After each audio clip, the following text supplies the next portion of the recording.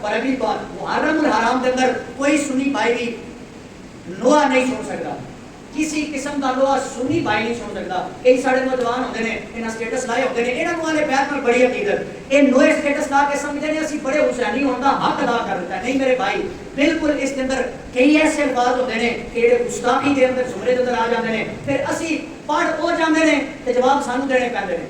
کئی جناب سانو وہ سینڈ کر کے مولوی صاحب اس کا جواب اشارت فرمائے.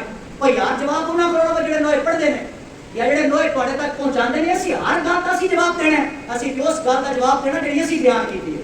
اور الحمدللہ اسی اپنے عقیدے کو بیان کران گے اور ڈنکے کی چوٹ تے بیان کران گے. کوئی سنی بھائی نہ کسی مجلس کے اندر جا سکتا ہے اور نہ ہی کسی ایسے بندے نال اپنا تعلق رکھ سکتا ہے کہ جہدے دل کے اندر صحابہ دے بارے گستاخیاں کرتا ہوئے، اہل بیت دے بارے گستاخیاں کرتا ہوئے، آقا کریم کی گستاخیاں کرتا ہوئے. ایسی کسی بندے نال ساڈا کوئی تعلق نہیں ہے، چاہے وہ کسی بھی فرقے دا ہے، بھاویں سنی ہے، بھاویں شیعہ، بھاویں دیوبندی ہے، جس مرضی فرقے دا ہے.